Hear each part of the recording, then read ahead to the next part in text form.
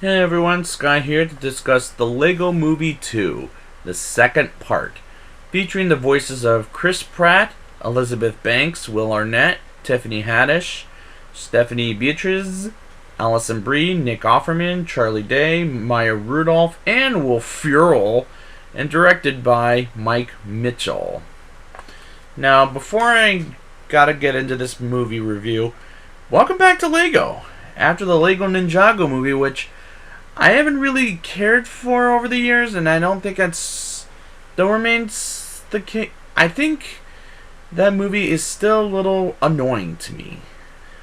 But before we get into this, let's just get into it now that I think about it. Let's just get to the sequel. The Lego Dolpo attacked the city. Emmett, returning voice of Chris Pratt, lived at the end of the first Lego movie. Because Emmett tells the Lego Dolpo they're friendly people, but don't care and eat the heart, Emmett builds for them.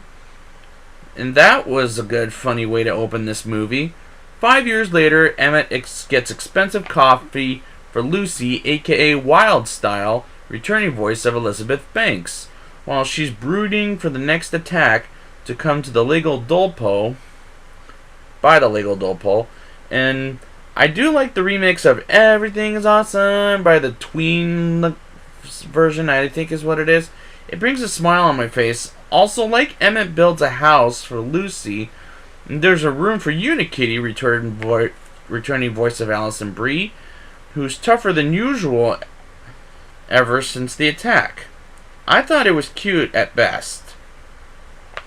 The Lego Dolpo spaceship attacks the western town they rebuild because of Emmett's house, and General Mayhem, voiced by Stephanie Beatriz, captures Lucy, Batman, returning voice of Will Arnett, Unikitty, Metalbeard, returning voice of Nick Offerman, and Benny, returning voice of Charlie Day, and takes them to the land of Lego Dolpo.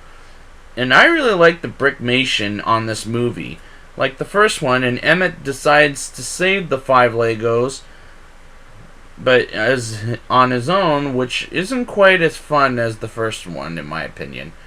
Emmett builds the house that's a spaceship to save the 5 others, and the jokes aren't getting me to laugh as much as the first movie. I mean, it's cute, but it's not quite clicking with me, I hate to say. Queen whatever she Woozaby or something like that, voiced by Tiffany Haddish, is kind of strange because she sings like she's in a musical. And I have to confess something now, guys. I don't like musicals. They get to the point when they're in the middle of a dialogue, suddenly start singing out of the blue, and it becomes a problem with this movie for me. Emmett goes to the world of the Dolpos and bumps into Rex Dangerous, voiced by, again, Chris Pratt. And he's a problematic character, and I like he has dinosaurs as minions, but unfortunately his backstory is a little weak in my opinion. General Mayhem takes Lucy and the other 5, to Planet Sparkles, and I really like the coloring of that scene, and the way it's designed is pretty looking. I really like Lucy's hair is light blue, and I like her joke as she pretends to be Bruce Willis, and he's actually there. I found Emmett petting the dinosaur like a puppy rather cute. I do enjoy the big punch by Rex. I thought it was clever, like it would explode the ground. Emmett and Rex go to a town called Heck, and Emmett finds Superman and Lex Luthor as best friends, and that was kind of funny. This song's gonna get stuck inside your head as a song is really annoying, by the way. Just really annoying. And I don't like that song. Emmett learns the super punch rather too quickly and way too convenient, in my opinion. Lucy runs into Emmett and Rex rather too conveniently, and I don't think they should have met now. They should have met at the end of the movie, I must confess. Batman plans on marrying the Queen, And we enter another musical moment that bugs the daylights out of me. Batman proposes to her, and that scene could have been cut out.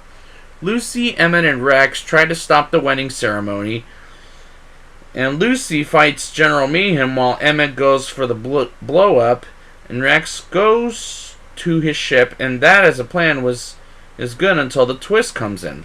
Ready for the twist, guys? General Mayhem is a good person, and Lucy saves her, and Rex's plan is to get Emmett underneath the dryer like he did, and Emmett super punches the wedding ceremony, and Rex's plan is successful. Meanwhile, in the real world, the boy who's playing with the Legos destroys his sister's design.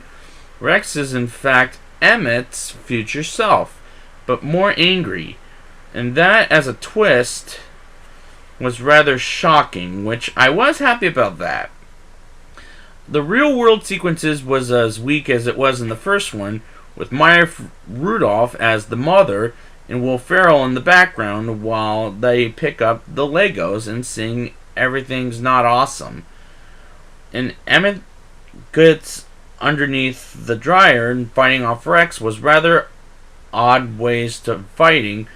Lucy saves Emmett from Rex, and Rex disappears, and the brother and sister play with each other, was, I would say, a charming ending in my opinion. Now it's time for the rating. I'll give this movie a 6.7 out of 10. Not quite as good as the original. There's things I like and things I don't like, but it has cleverness at times, but it's not quite enough for me to like it as much as the first Lego movie. But I'd still say take the kids. They'll love it more than I did, in my opinion. And I don't know when I'll be back for this Lego movie series, but it will get there. But I'd like to thank you guys for joining me and coming back to the Legos. And until next time, everything is awesome!